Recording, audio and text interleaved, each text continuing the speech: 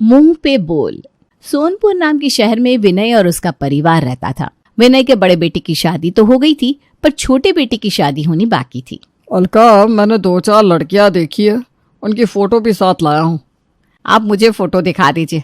अगर मुझे कोई लड़की पसंद आई है तो उसके घर चलकर बात करेंगे। अलका, हमारा लड़का बहुत सीधा है, उसके लिए कोई शांत स्वभाव की ही लड़की लानी होगी। सीधा तो है ही, इसके साथ साथ ये बिल्कुल देव जैसा है, इसलिए कोई देवी ही ढूंढ कर लानी होगी इसके लिए। मुझे ना इन लड़कियों में से एक लड़की ज्योति बहुत पसंद आई है। अरे तो फिर मुझे उसी की फोटो दिखाओ, क्या पता मुझे भी पसंद आ जाए। अलका को भी ज्योति पसंद आती है। विनय का पूरा परिवार ज्योति के घर उसे देखने जाता है। देखिए, घुमा फिरा कर तो बात करूंगी नहीं मैं, मुझे आपकी लड़की बहुत पसंद आई, इसीलिए हम अपने लड़के का रिश्ता लेकर आपके घर आए हैं। बहन जी, बातें घर के बाहर नहीं घर के अंदर करते हैं। आइए आइए बैठिए। भाई साहब, अपनी लड़की के बारे में कुछ बताइए। देखिए, अक्सर मैं तो अपने काम से घर के बाहर ही रहता हूँ, बस इतना जानता हूँ कि मेरी बेटी परी है। भाई साहब, लड़कियां तो पापा की परी ही होती है, हम उसे अपने घर की लक्ष्मी बनाना चाहते हैं। बहन जी, रिश्ता पक्का हो उससे पहले हम आपकी बेटी के बारे में कुछ जानना चाहते हैं। बहन जी, हमारी लड़की पढ़ी लिखी है, अच्छी कंपनी में जॉब करती है। अरे वाह, ये तो बहुत अच्छी बात है। हमारे बड़े बेटे विमल का अच्छा खासा बिजनेस है। हमारा छोटा बेटा अजय सरकारी दफ्तर में काम करता है। हमारा छोटा लड़का ना बहुत सीधा है और उसने अपनी जिंदगी में लड़कियों की हमेशा कदर करना सीखा है। हमारा लड़का आपकी बेटी को बिल्कुल फूल की तरह रखेगा और उसे एक रानी का दर्जा देगा। भाई साहब, आप बुरा न माने तो ये फैसला मैं अपनी बेटी पर छोड़ना चाहता हूँ। हमने उस पर कभी भी किसी प्रकार का दबाव नहीं बनाया। अगर उसे ये रिश्ता पसंद होगा तो वहाँ कह देगी। अरे इसमें बुरा क्या मानना भाई साहब, जीवन उन्हें जीना है, हमारी तो उम्र हो चुकी है। आप लोग बड़े अच्छे ख्यालात के हैं। हमें खुशी होगी अगर हमारी बेटी आपकी लड़की के लिए हाँ कह दे। पापा जी, मम्मी जी, क्यों ना हम ज्योति और अजय को अकेला छोड़ दे बात करने के लिए। ज्योति के पास हुनर तो था, पर उसे हर बात मुंह पर बोल देने की एक बहुत बुरी आदत थी। आपका नाम अजय किसने रखा? क्यों, मेरा नाम कुछ अजीब है क्या? नहीं नहीं, ऐसा कुछ नहीं है, बस यूं ही पूछ लिया। जो भी है मुंह पर बोल दीजिए ना। आपका नाम बिल्कुल ऐसा लगता है जैसे कोई पुरानी हिंदी फिल्मों का डाकू हो। नाम में क्या रखा है? आप अपनी पसंद नापसंद बताएं। सबसे पहला पॉइंट तो यही है कि मुझे आपका नाम पसंद नहीं है। दूसरी बात, इंसान आप बहुत अच्छे हैं। अब इस बात से मैं क्या समझूं? आप शादी के लिए हाँ कह रही हैं या फिर दोस्ती के लिए कदम बढ़ाएं? देखिए, बॉयफ्रेंड तो मेरा कोई नहीं है और लड़कों को मैं दोस्त नहीं बनाती। सोच रही हूँ आपसे शादी के लिए हाँ ही बोल दूं। जो भी फैसला लेंगे बहुत सोच समझ कर लीजिएगा, सारी उम्र फिर हमें साथ में ही गुजारनी है। ज्योति और अजय बात करके नीचे आते हैं। देवर जी, कैसी लगी आपको ज्योति? भाभी, ज्योति तो बहुत मजाकिया है, हर बात पे कोई ना कोई जोक बना ही लेती है। देवर जी, फिर आपकी तरफ से हाँ समझे ना। ज्योति की हाँ या ना में फैसला टिका है। मुझे तो लड़की अच्छी लगी भाभी। मम्मी जी और पापा जी, हमारे देवर जी को ज्योति बहुत पसंद है। बहन जी, हमारे लड़के ने तो आपकी लड़की को पसंद कर लिया, एक बार आप ज्योति से भी पूछ लेती। जी, उसके पापा उसके साथ है रूम में, वो उन्हें बता देगी। तब तक आप लोग चाय पानी लीजिए। अरे आप तो बस मुंह मीठा करना चाहते हैं, जल्दी से ज्योति हाँ कह दे तो हम शादी की तैयारियां करना शुरू कर दें। तो देर किस बात की है बहन जी, चलिए मुंह मीठा कर ही लीजिए, हमारी लड़की ने हाँ कह दी है। बधाई हो सबको, बधाई हो। अब तो बस जल्द से जल्द बारात लानी है ताकि हम आपकी गुड़िया जैसी लड़की को अपने घर लक्ष्मी बनाकर ले जा सके। पूरा परिवार मिलकर ज्योति और अजय की शादी कराता है। ज्योति बहू, आज रसोई का तुम्हारा पहला दिन है। जी मम्मी जी, मुझे पता है। तो तुम नहा धोकर रसोई में आ जाओ। हाँ बेटा, ठीक है, पर मुझे ना थोड़ा वक्त लगेगा। ज्योति बहू, आज तो तुम्हें सिर्फ मिठाई ही बनानी है। मम्मी जी, एक बात कहूँ? खैर छोड़िए। अरे क्या कहना है बहू, साफ साफ बोलो। आप तो ऐसे कह रही है मीठा बनाना है जैसे मैं कोई हलवाई हूँ। देवरानी, ये तुम मम्मी जी से किस तरह से बात कर रही हो? जिठानी जी, उन्होंने ही कहा ना जो बोलना है खुल के बोलो, तो मैंने बोल दिया। मम्मी जी ने अगर ये बोला था कि दिल में जो हो वो बोलो, तो क्या तुम सोच समझ कर नहीं बोल सकती थी? इतना वक्त नहीं है ना मेरे पास कि मैं पहले सोचूं फिर बोलूं। बहस मत करो देवरानी, मम्मी जी ने जो बोला है वो करो। ज्योति बिल्कुल मुंह फट की तरह बात करती थी। सल्ला जिठानी होने के नाते ज्योति को रोक टोक कर दिया करती थी, जो ज्योति को नापसंद था।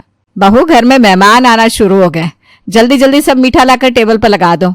जी मम्मी जी, अभी लेकर आती हूँ। बड़ी बहू, जाकर छोटे की थोड़ी हेल्प करवा दो। जी मम्मी जी। बस यूं गई और यूं आई। सारे मेहमान आ जाते हैं और जब सब ज्योति के हाथ के बने मीठे की तारीफ करने लगते हैं। बहू, तुमने सब कुछ बहुत स्वादिष्ट बनाया है, बस खीर में ना मीठा थोड़ा कम है। मन तो कर रहा है कटोरी में जाकर पूरी चीनी पलट दूं। मैंने पहले ही कहा था मैं कोई बावर्ची थोड़ी ना हूँ। बहू तुम ये बुदबुदाती क्यों रहती हो? जो भी कहना है साफ साफ बोलो ना। ज्योति 1 कटोरी चीनी खीर में डाल देती है। आप खाकर देखिए, अब मीठी लगेगी खीर आपको। ये क्या बदतमीजी है ज्योति, तुम्हें खुद पर जरा भी कंट्रोल नहीं है? नहीं, मैंने पहले ही कहा था ना, मैं कोई बावर्ची नहीं हूँ जो परफेक्ट खाना बना दूं। जो भी हो देवरानी, आज के बाद तुम ऐसी हरकत मत करना। अभी की अभी माफी मांगो मम्मी जी से। ज्योति गुस्से में वहां से चली जाती है।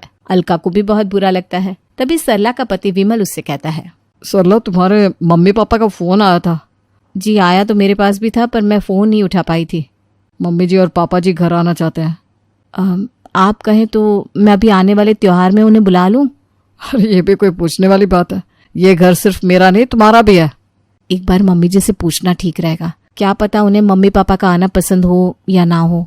अरे इतना वक्त हो गया हमारी शादी को, और तुम हो कि हर छोटी बात मम्मी से पूछने चली जाती हो। देखिए वो घर की बड़ी हैं, घर के सारे काम और सारे फैसले उनके ही होने चाहिए ना। कुछ दिनों बाद सरला के माता पिता सुलेखा और संजय सरला के ससुराल आने के लिए अपने घर से निकलते हैं। छोटी बहू, त्योहार सर पर है और कुछ ही दिन में तुम्हारी जिठानी के माँ बाप भी आने वाले हैं। ये तो बहुत अच्छी बात है, पर मैं क्या करूं? आपको कोई काम हो तो बताइए। जाकर अपनी जिठानी की मदद करवाओ, वो अकेले बाहर बैठकर रंगोली बना रही है। चलो आप कहती हैं तो मैं चली जाती हूँ, वरना तो मैं। अरे तुम बातें मुंह में क्यों रख लेती हो? जो बोलना है मुंह पे बोलो ना। वरना मैं ये सब फालतू की काम नहीं करती। मैं अच्छी खासी पढ़ी हुई लड़की हूँ, कोई गांव की गवारन नहीं हूँ। बहू ये क्या तमीज है? बात करने से पहले समझ में नहीं आता कहाँ क्या बोल रही हो। पहले आप खुद कहती है मुंह पे बोलो, फिर मैं बोलती हूँ तो कहती हूँ समझ के नहीं बोलती। इस वक्त तुम जाकर काम करो, बाद में बात करते हैं। ज्योति कुछ बड़बड़ाते हुए अपनी जिठानी की मदद के लिए रंगोली बनाने चली जाती है। अरे देवरानी, अच्छा किया तुम आ गई, मुझे ना तुम्हारी मदद की बहुत जरूरत थी। हाँ जानती हूँ, बताइए क्या करना है, कैसे करना है। देखो मैं यहाँ से रंगोली बना रही हूँ और तुम उधर से रंगोली को पूरा करते हुए आगे बढ़ाओ। कहाँ इन बेवकूफों के बीच पाला पड़ गया, मेरा तो दिमाग खराब हो रखा है। ज्योति जल्दी जल्दी हाथ चलाओ ना, मेरे मम्मी पापा किसी भी वक्त आने ही वाले हैं। आपकी मम्मी पापा है, मेरे तो नहीं है। और फिर कौन सा पहली बार आ रहे हैं? देखो अभी इन सब बातों का वक्त नहीं है ज्योति।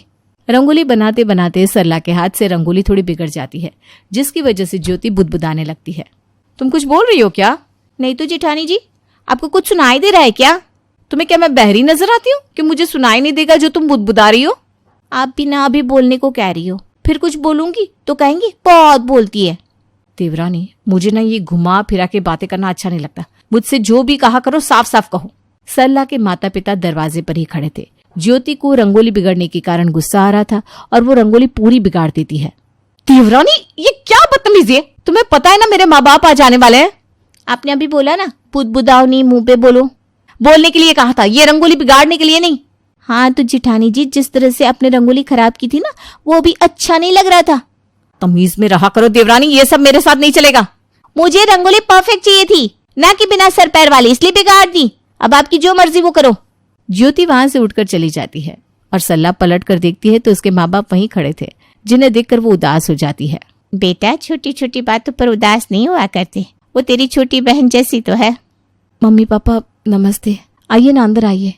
बेटा तू क्यों परेशान होती है? वो अभी आई है, उसे थोड़ा वक्त दे, सब ठीक हो जाएगा।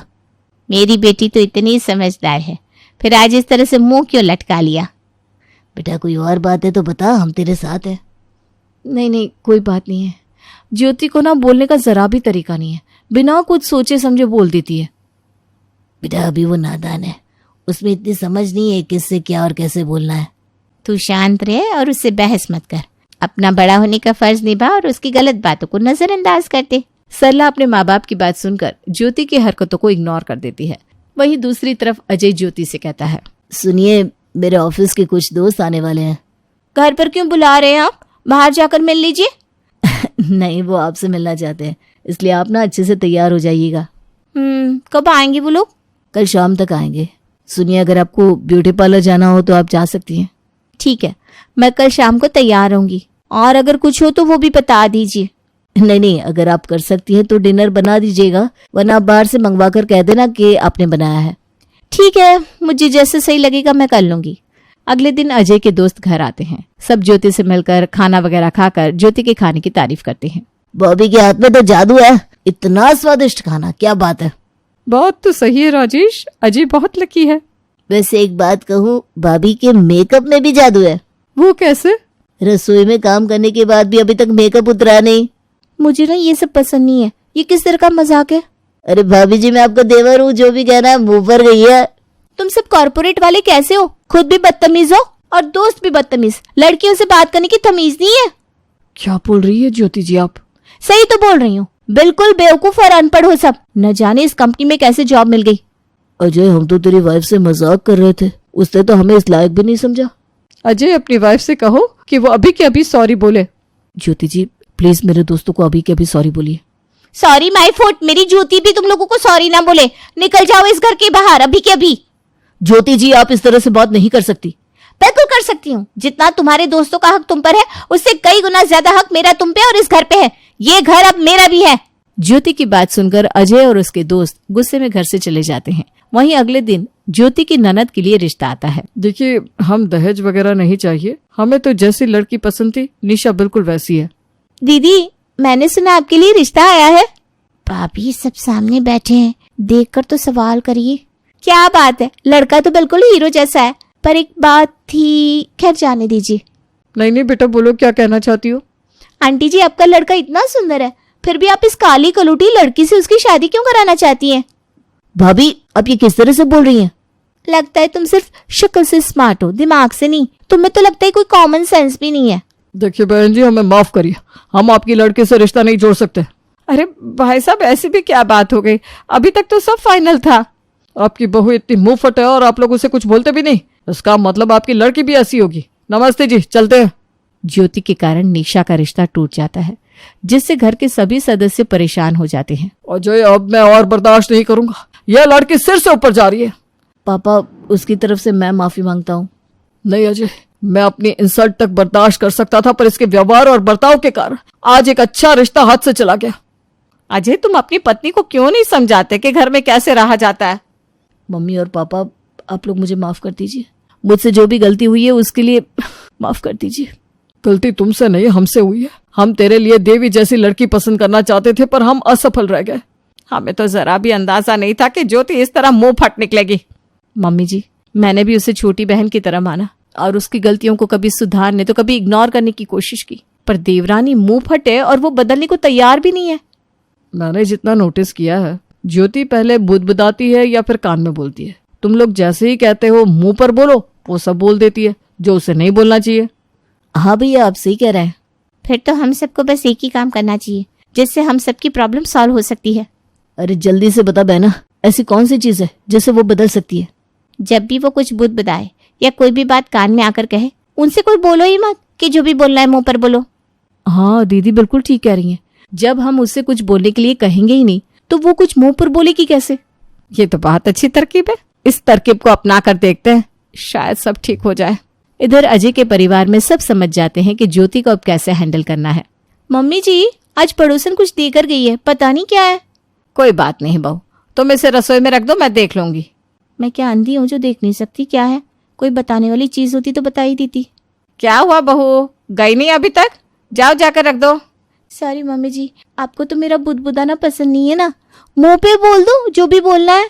अरे नहीं बहू, तुम अब कभी भी मुंह पे मत बोलना जो भी तुम्हारे मन में है। हाँ, उसे मन में ही रखना, हमें नहीं सुननी तेरी बातें। हाँ, फूलमती काकी, अंजलि दीदी के लिए शहर से फोन आया है, जल्दी से भेजो दुकान पे, नहीं तो फोन कट जाएगा। हाँ बेटा, अभी भेजती हूँ। अंजलि बेटा, तेरे लिए शहर से फोन है, सब काम छोड़ के जल्दी जाके सुन ले, नहीं तो फोन कट जाएगा। हाँ माँ, अभी जाती हूँ। जरूर मीनाक्षी दीदी का फोन आया होगा। हाय अंजलि। नमस्ते दीदी, मेरा मतलब हाय, कैसी हो आप? यहाँ तो सब ठीक है। मामा मामी कैसे हैं? तू कैसी है? मेरे तो एग्जाम्स होने वाले हैं, हर रोज कॉलेज जाना पड़ता है, lectures, extra classes, private coaching. ओ, मैं तो इतना थक जाती हूँ, क्या बताऊँ।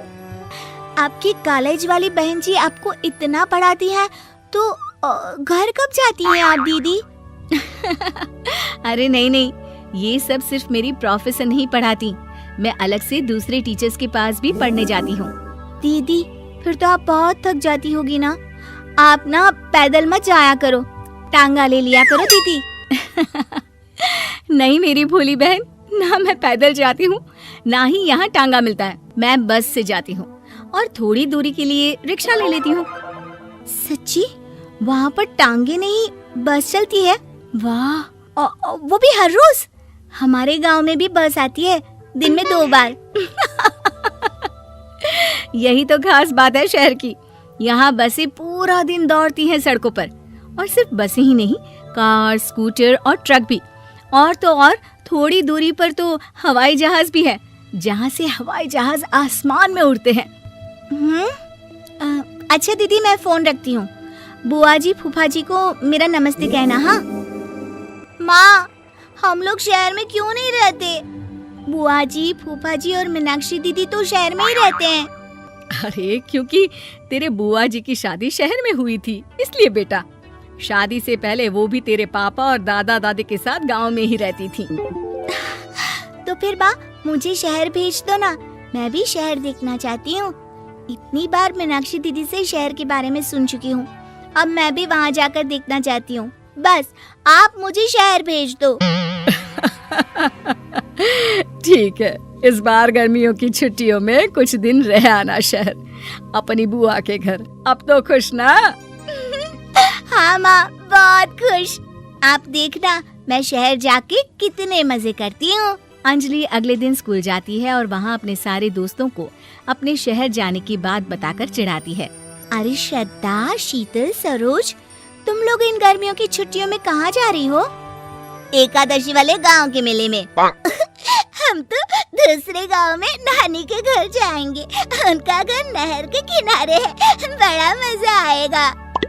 हम इस बार कहीं नहीं जा रहे, बल्कि हमारे घर में रहने के लिए मेहमान आएंगे। और तू?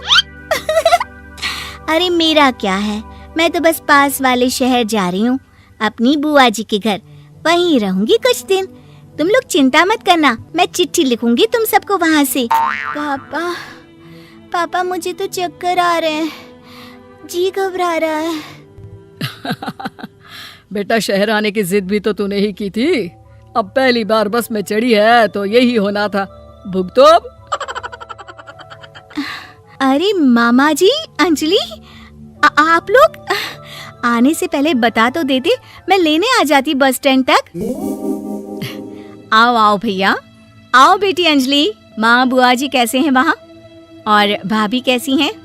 सब ठीक है, बस अंजलि जिद कर रही थी कुछ दिन आप लोगों के साथ रहने की, सो छोड़ने आ गया। दीदी, आप मुझे शहर घुमाने ले जाओ ना, मुझे भी शहर देखना है। हाँ हाँ चल, तैयार हो जा जल्दी से।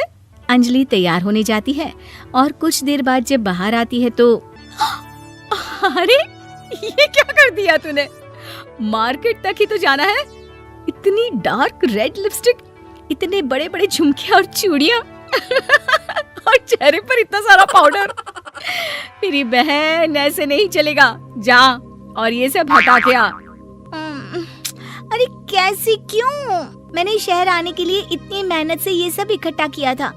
और वैसे भी मैंने देखा है मोहल्ले की राधा काकी के टीवी पर एक फिल्म चल रही थी, उसमें हीरोइनें ना ऐसे ही तैयार होकर जाती है घूमने।